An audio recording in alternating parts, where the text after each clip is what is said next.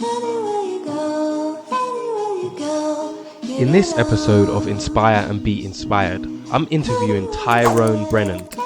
Tyrone is the founder of his personal training company, Be The Fittest. He's trained some well-known celebrities including Natalie Emmanuel, Maya Jama, Binky Felsted, and many, many more. Tyrone comes from humble beginnings and shows how hard work, determination, and learning new skills can help elevate you and your business. Sit tight, you're in for another inspiring interview. So welcome back to another episode of Inspire and Be Inspired. Today we have with us superstar Tyrone Brennand, founder of Be The Fittest, author, celebrity personal trainer, yoga ambassador, Prince's Trust alumni, family man. I mean, the list of accolades goes on. I'm sure I've missed a few. Reebok Ambassador, I forgot that one. Firstly, welcome. Listen, bro, that intro there, I like it. That's what I like to hear. No, man, thank you so much. Out of all the interview podcasts that I've done, that's definitely been the best one, man. Wicked, you know what I'm saying? I like that intro, man. Gives it the hype, man. But no, thank you for having me. We have to let the people know that this isn't just a regular interview. You know, we've got, like I said, a superstar with us today.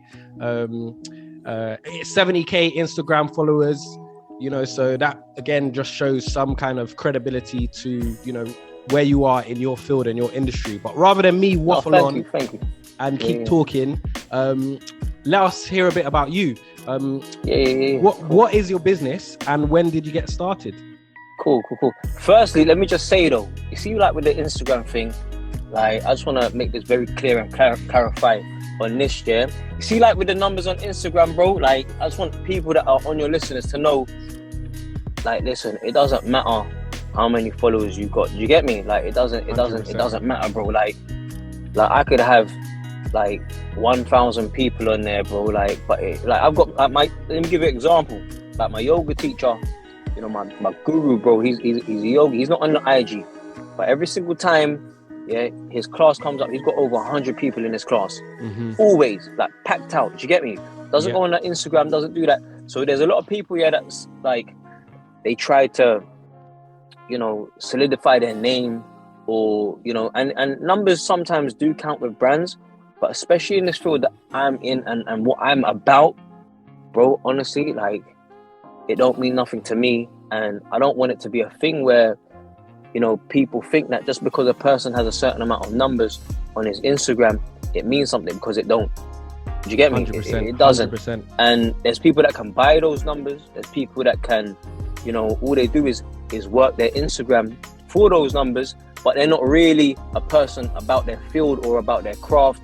They're more about a person that they just want to increase their numbers to portray the way that they feel that they should be looked at or viewed at, when they're not really about that. They're not really about the real deal.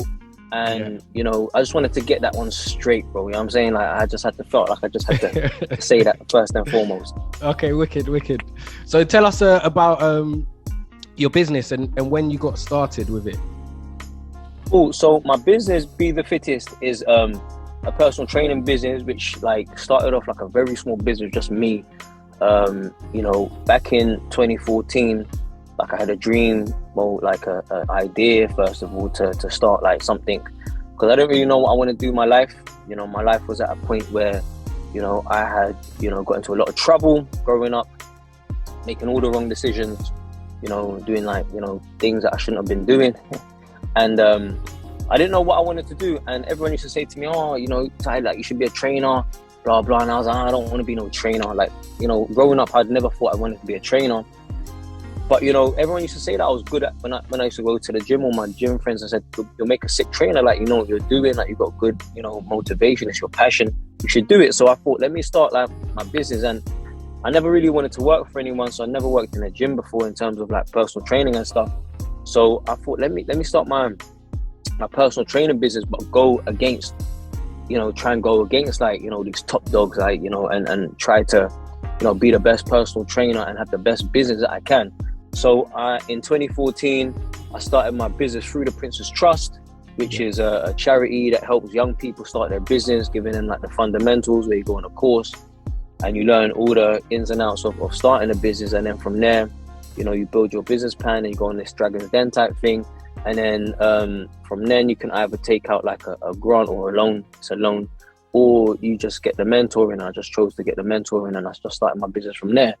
And I was able to grow it to the point where I was fully booked, and I started getting people to work for me. And then from that point, I just thought of ways to try and make more money and more ways of building the brand.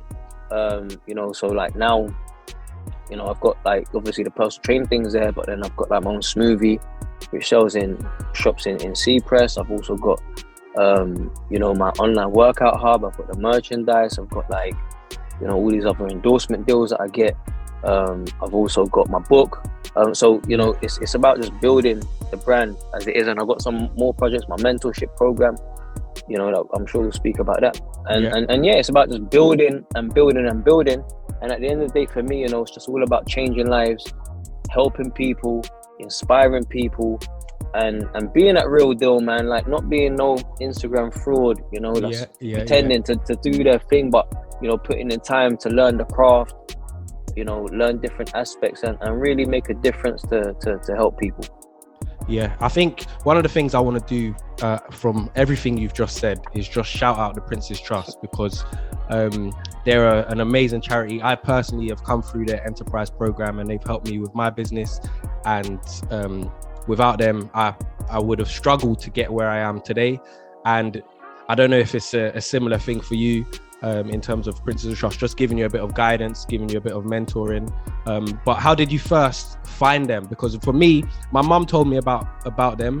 I ignored her. Yeah. My youth worker told me, and then I went and applied. So it was mad, bro. Because when I first heard of them, I remember I remember I wanted to start my business, but at that time, the people that like I looked up to were the people that were like kind of like on the streets, or your friends or your family that weren't really doing anything, or they were making money the wrong way. And I really didn't know anybody who was like a business owner. I didn't know. I couldn't like put anyone that had started their business, because I didn't know anyone like that. So I remember I asked my mum, she came up all different jobs, cleaning and all that. She wouldn't know about business. But I was like, I need to know somebody that can start, that can help me start my business. And my mum was like, go to the Prince's Trust. I was like, who? And she was like, the Prince's Trust. I was like, what's that? And then she was like, just go, Filipino accent, just go to the Prince's Trust. And I was like, all right, cool. And then I thought, whatever. And then there was a friend that I knew, and she was like, she had this idea to help her community. She was like, oh, look, I went to the Prince's Trust, they gave me some money. And I was like, what? And he was like, yeah, you go and do this course, and they gave me some money. I was like, for real? I said, so when these couple people started telling me about the Prince's Trust, I thought, all right, let me go see what it's about. And then I applied, and then literally I went on this course, and this course was so dope because it really inspired me. They had like good speakers that came on, and bro, I just remember the fire in my belly. I was just like, I'm ready to go. I'm ready to go and do this. And I was like, I'm ready to change my life and put my energy towards something that I've got a passion for. And yeah, it was fantastic. And then from then, they made me like a young ambassador, where I was able to go around and talk to like a whole load of people at different events and represent the Prince's Trust. I ran the London Marathon in 2016 as well, like as Tim Peake, who was a guy that was running the marathon in space, as his shadow runner, and ITV News covered it and everything. It was sick. I did so many different events talking in front of hundreds and thousands of people, and they had put me on like this course to learn how to publicly speak, because bro, I wasn't ready for any of that talking in front of people, so I had to go on a course for that. So it was great. And then now I'm actually on the board of 2 of their campaigns to help raise more money for kids. So one of them is the Rise campaign, which I'm a board member for, which we have to raise as a collective like 1.5 million in 5 years. And I'm on this other board, which is a new board for like younger entrepreneurs as well. So I'm still very much in the Prince's Trust and dealing with them. And yeah, bro, it's just about giving back for when I can. Now that I feel like I've been able to have my business established, and it's still going strong. Yeah, wicked. It's interesting actually, because you've kindly agreed to do this through a mutual friend that we both have. But I actually knew of you because of the Prince's Trust. You were actually used as an example in one of the courses I went on because of your SEO knowledge and listening to Danny Richmond. Danny Richmond shouts you out regularly on his training. So, he used to anyway back then. So, big up Danny Richmond, man. Yeah, Danny big up Richmond, Danny you Richmond. see Danny Richmond, right? So that Danny Richmond, man, I'm telling you, bro, like, it was like, that's what I'm saying, like, certain things in the Prince's Trust that you get to learn, these different workshops, like the SEO, and SEO, like, that helped my business, like, drastically, you know, being able to get to, like, number one in your keyword.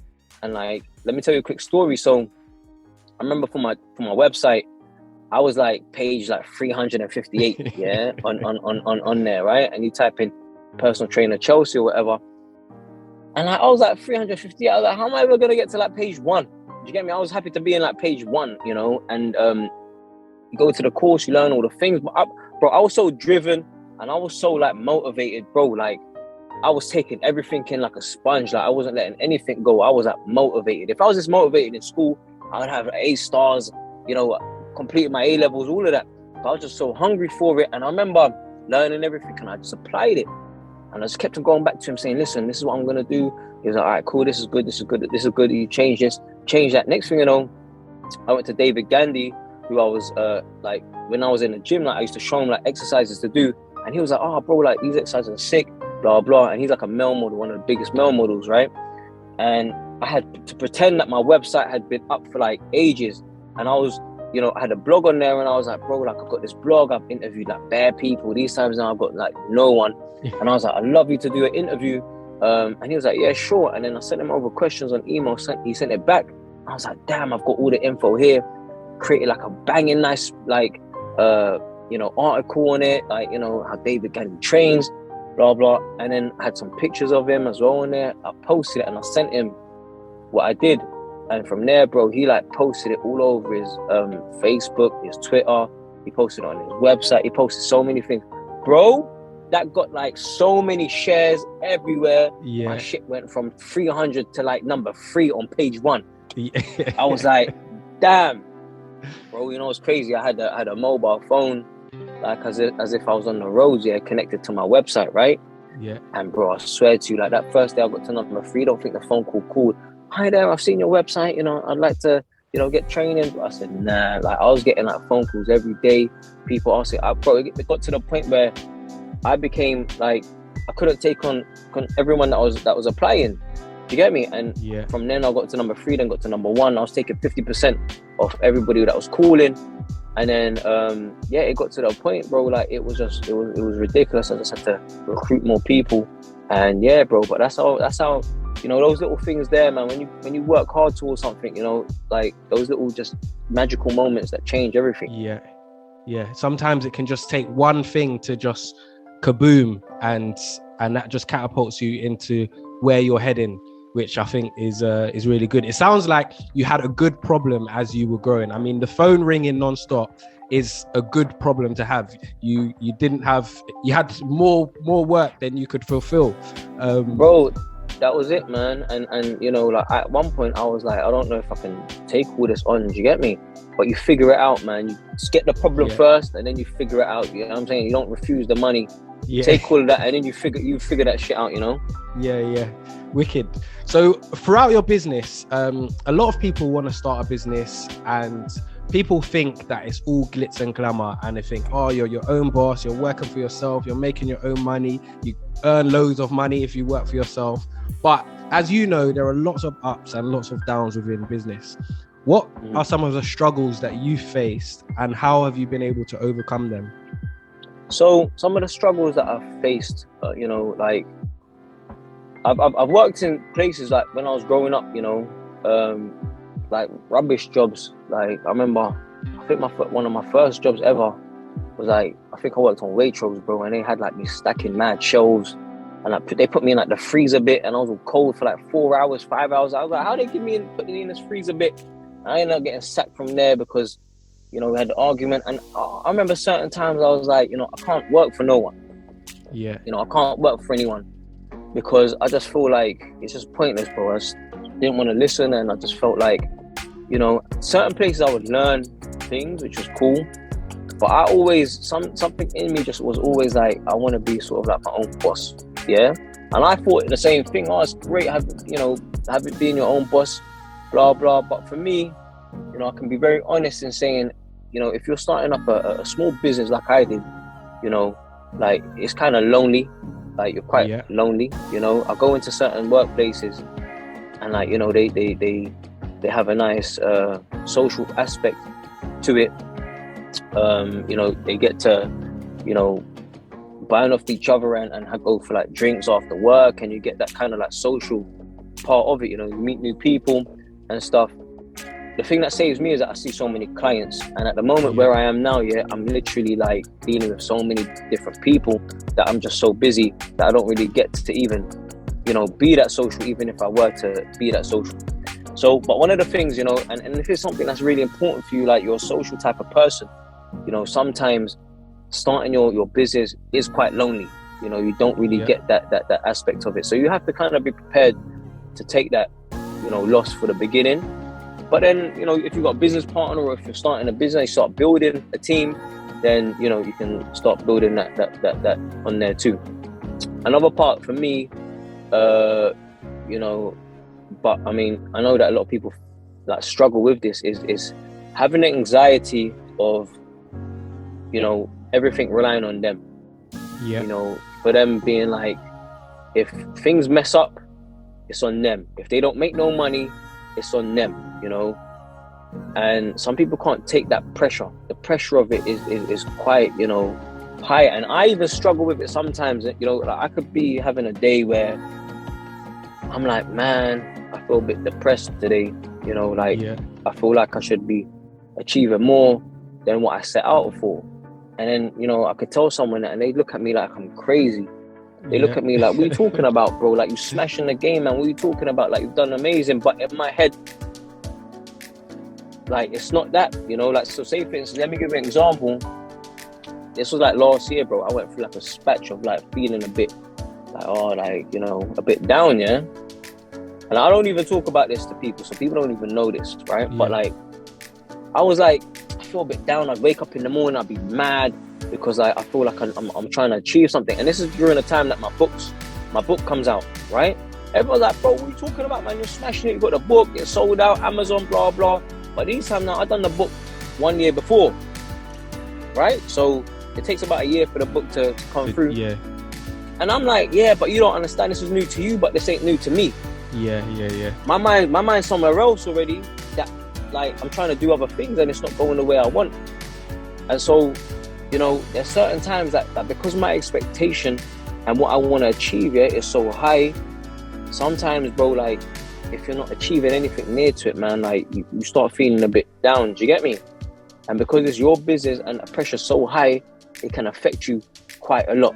So that's another thing that I think that... How do you personally try and overcome those times? Because for me, I coincidentally, I had one of those days today. Oh, really? Yeah. And thankfully, I had I got a nice support network, and a friend, messaged me about going to training, and I went to the gym, I boxed, and I went there, and that just got me out. And after doing that, I feel great. But what do you do that helps you get out of those moments? So for me, like obviously the training, like it helps 100%. Yoga is fantastic, but sometimes I go so deep into it that the training sometimes, like it's not enough, or the yoga is not enough, because after that I'm still thinking, bro, like, because this, like I wake up about the business and I go to sleep about the business, right? But for me, like my family definitely helps. I see my kids, and all the fam, it kind of gets me away from that, and that definitely helps. And then also like just trying to, whenever I get into that position, I always try and like look at all the blessings that I've had and all the great opportunities and the things that I've been able to achieve, and just remind myself, like, like you're being too hard on yourself, and you need to relax, because sometimes people don't get those opportunities that I've been able to receive. So therefore I should just be blessed, man, and just be happy with what I have done. And anything else that comes, bro, like I should be just even more grateful. So like, do you get what I'm saying? Sometimes you do get a bit greedy. Sometimes ego plays a part sometimes, and you know, for me to do yoga, that's a big thing for me with the yoga. Like, it helps me to just stay grounded, you know, stay blessed, and removing the ego. A lot of times, that's why sometimes with this Instagram thing, it does my head in, because everybody on Instagram, like, literally goes on there to like stroke your ego. There's only very few people that do it for a genuine reason, or they want to help people. But there's so much stuff on there. I'd say a good like 70 to 80% of people that just post so they can get their ego stroked. Do you get me? For them to like have self-gratification, and for them to be like, oh, look, you know, like, look how many likes I got, or, you know, look at this, or, do you get me? Like, for people to give them, you know, that validation, and, you know, it's not about that. And so I kind of, when I feel that way as well, I kind of stay off the gram a bit, and I try and just, you know, just go back to the basics, go back to my training, go back to my yoga, and, you know, reflect and be grateful, man. You know, and the thing is with boxing as well, boxing is great, you know, sport. Like, I think it's one of the best sports ever.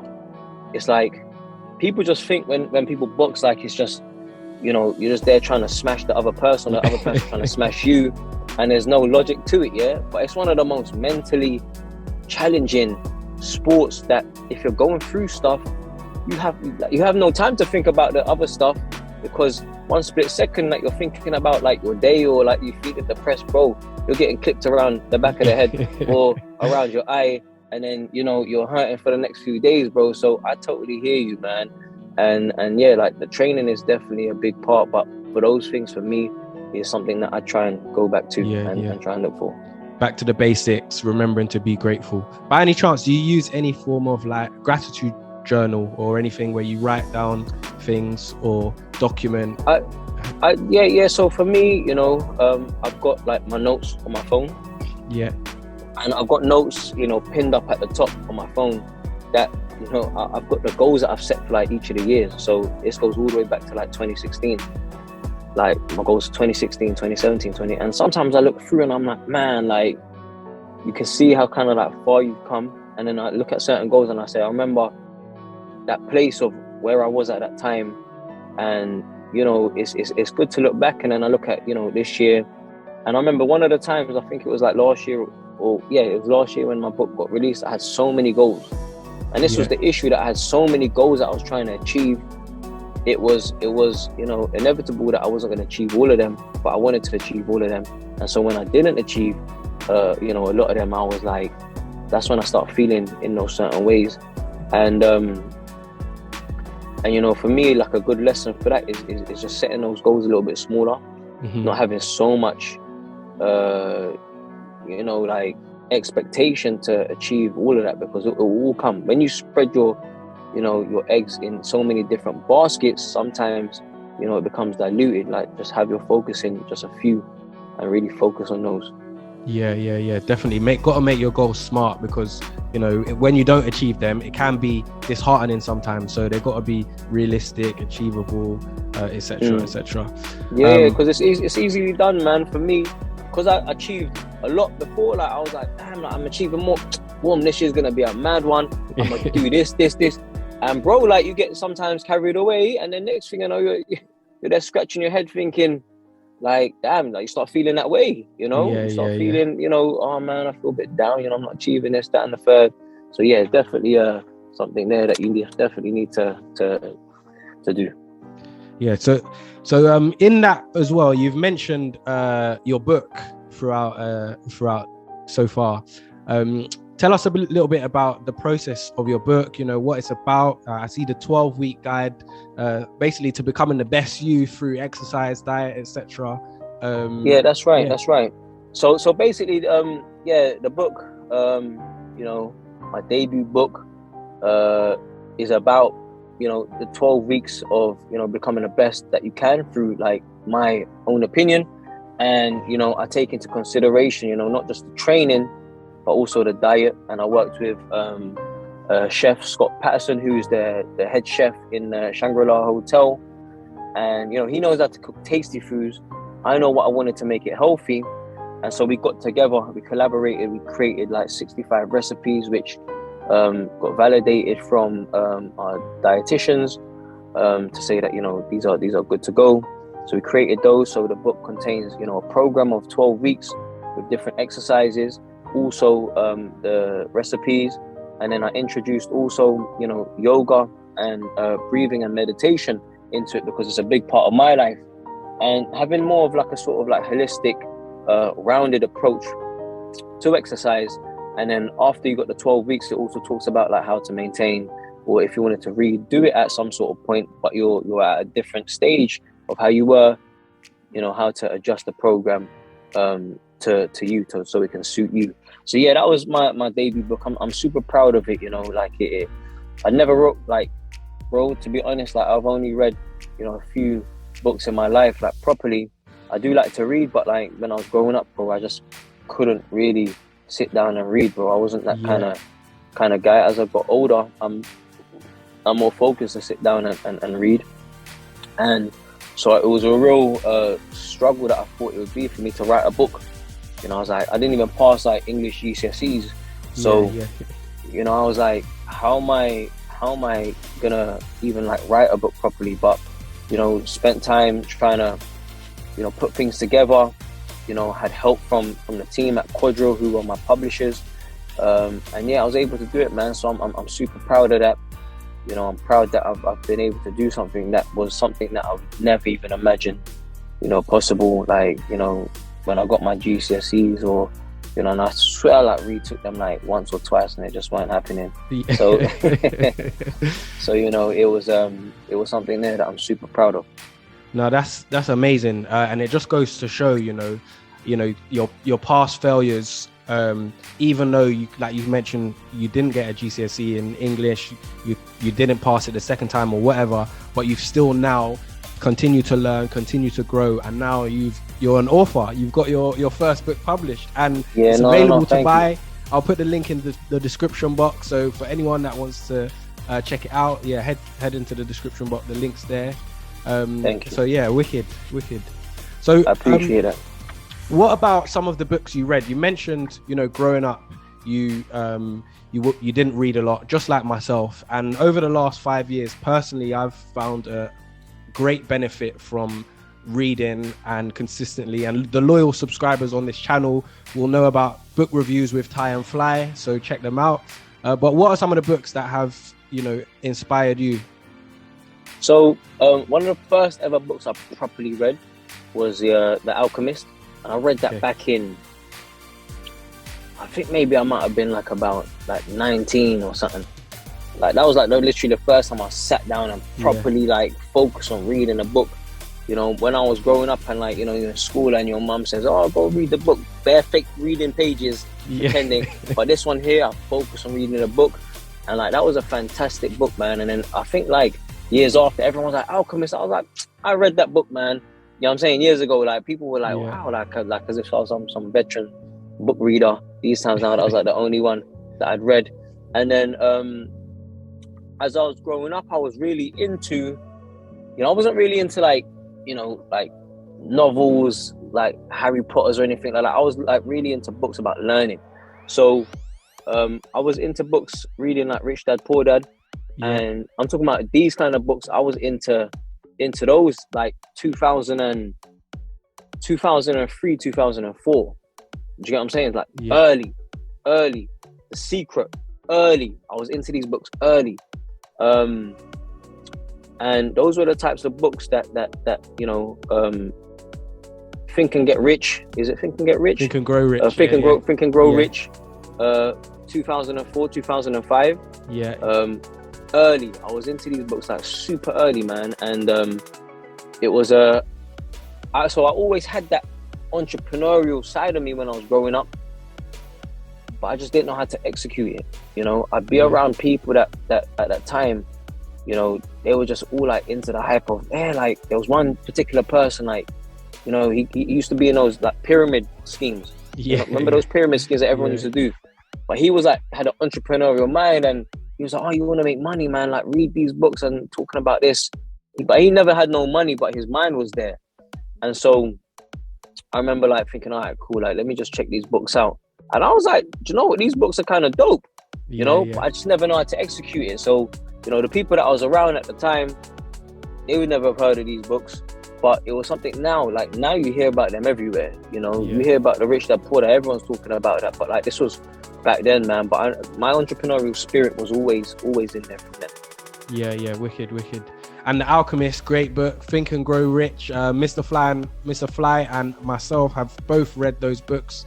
They are available on the book review playlist, so yeah, check them out. Okay, wicked. So you've got a mentor program, so it seems like now you want to give back to some young people and help and guide them through life. Tell us a little bit about the mentor program that you've set up.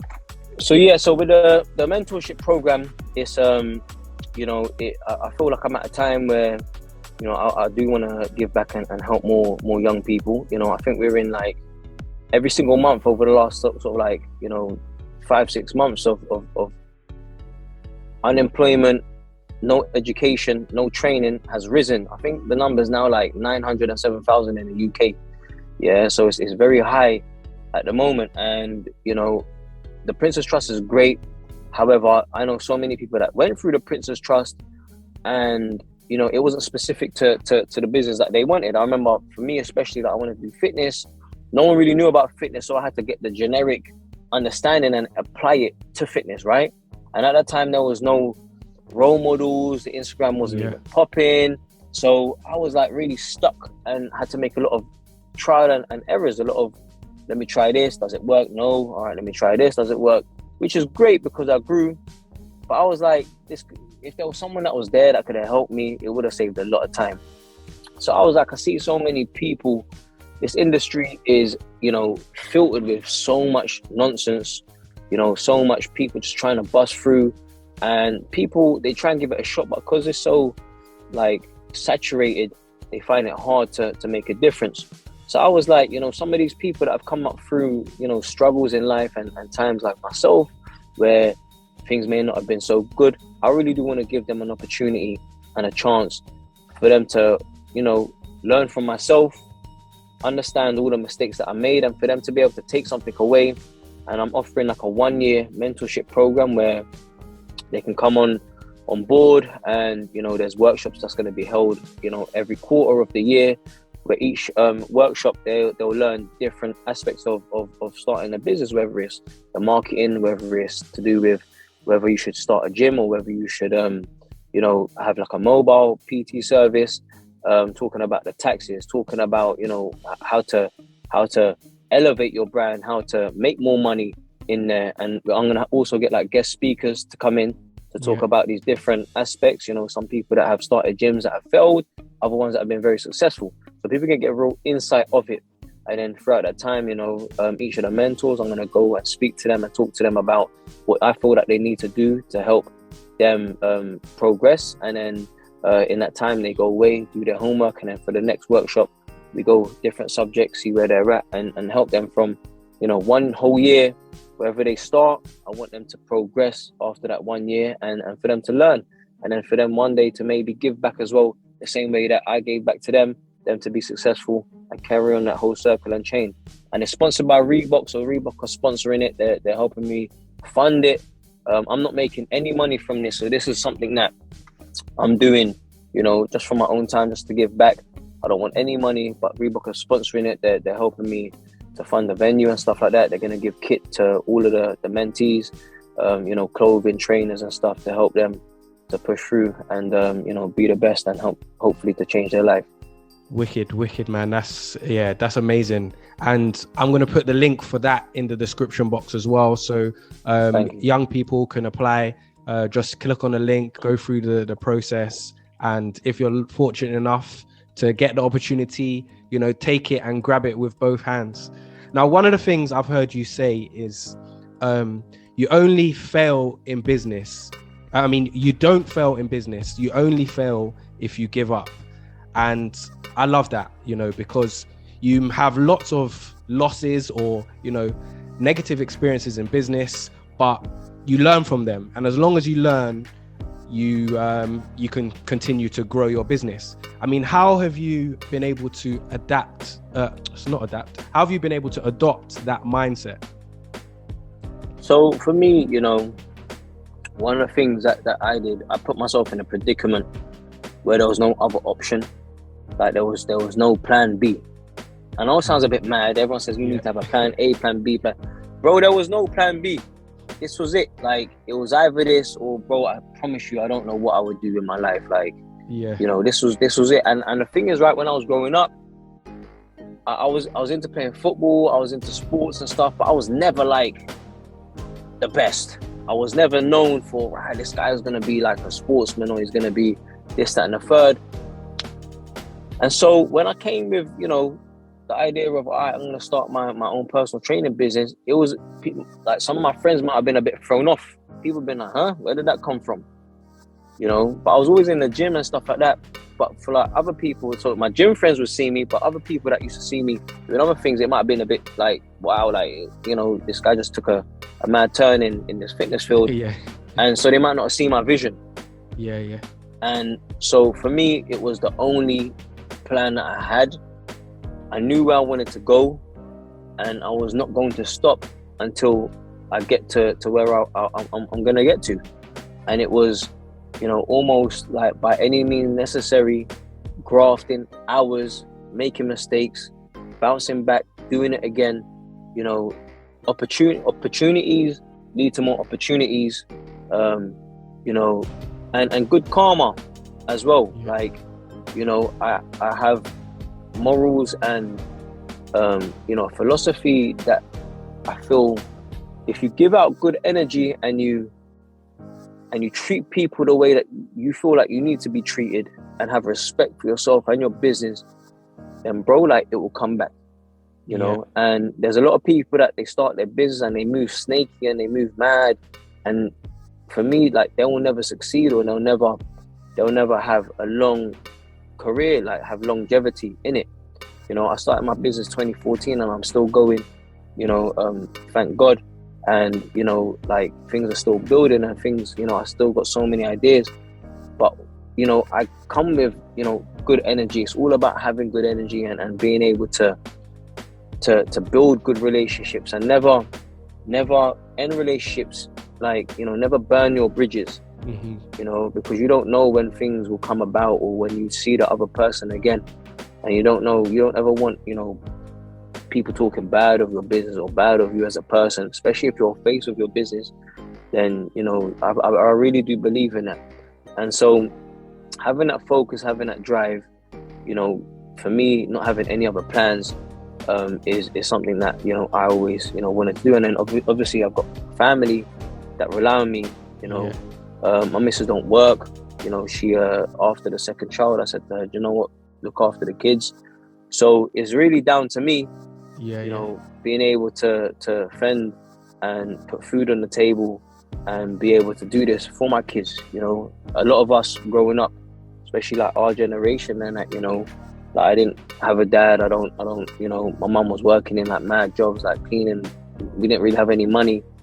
And so I never wanted to have that for my kids. So I was like, this is it. Like, I'm doing this. Like, my mind is driven and I'm motivated and I'm focused. Like I said, there's so many people that can go to the Princess Trust, but really they give you the tools. But if you really want it, you'll apply those tools to your business and you'll go for it.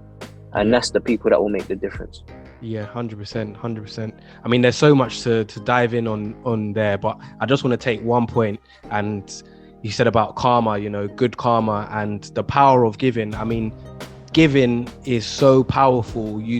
People don't even realize, you know, how powerful it is to just, whether it's giving your time, giving help, giving advice, giving support, whatever. Even the fact that you being here now, who knows, you know, what is going to come from this in the future, you know, giving me your time. I mean, I think the power of giving is just an amazing thing. I think more people should take advantage of being kind, bro, and giving. 100, man. I agree with that, man. And it's good that you can see that as well and you're aware of that. 100%. All right, the last question, because I know I'm conscious of time. What inspires you? What inspires me? You know, what inspires me is what really inspires me. I know it's a bit of a mad answer, yeah, but like I'm very fascinated, bro, with like the way the universe works, yeah, and I'm very fascinated about life, the way universe works, the way, you know, energies come together and stuff. And, you know, I know you're thinking, where's he going with this? Yeah. But bro, like, the way that, like, certain things have happened in my business, and I know that people be like, how the F has this happened for him, or how the F has this happened? Bro, like, what inspires me is, like, knowing things that are unknown that could happen, bro. Like, things that you turn dreams into reality, or, like, you know, that they say, you know, like, sky is the limit, or, like, you know, the world is your oyster and stuff like that. What inspires me is knowing, like, you can do things, bro, for real, and change your life, and things can happen like that can, you know, literally, and me knowing that that's unknown, but it can happen, bro, that really inspires me, you know, to do some greatness on this earth, you know, and I know it's a mad answer, but that really does. At certain times where I can look at the sky, and I remember back in the day, bro, like, this is mad, like, when I was in, you know, troubled times, and, you know, I'd be looking at the sky, like, in a position where, like, I couldn't do nothing, and I was like, man, like, life is looking bleak. And bro, like, I would look at the sky, and the sky would give me hope. And I swear to you, bro, the sky be talking to me, saying, you know what, like, things are on the other side, bro, like, and you can go get this.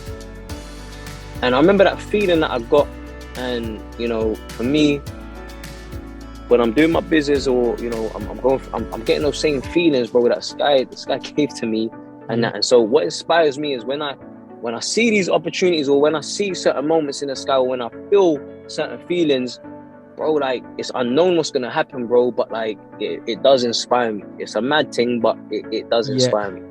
And I think, I mean, one of the key things to take from that is you can take inspiration from anywhere. Like, you know, you've just said it, you take inspiration from the sky, just looking at the stars, looking into the universe, and you've taken inspiration from that. You can take inspiration from anywhere, and I think that's sort of a key point to take from that. Wicked, man. It's been a pleasure chatting with you. The last thing that we do on this channel is we ask people to support the TING. So if you could kindly tell the viewers and the followers to just support the TING, and subscribe and everything. Listen, go subscribe. Listen, it's like, go subscribe, because this is like real interviews. This ain't no phony thing. This is real. We're talking about real life issues. We're talking about, you know, inspiring subjects. We're talking about real individuals that have really changed their life, and, you know, inspiring people, and hopefully you can listen to this, and if it inspires one of you to help change your life, and then that's what it's all about. So hit that subscribe button, press that notification, and there we go. Keep listening. And support the TING. Support the TING, man. Wicked, go support the TING. All right. Cool. Wicked, man. Wicked.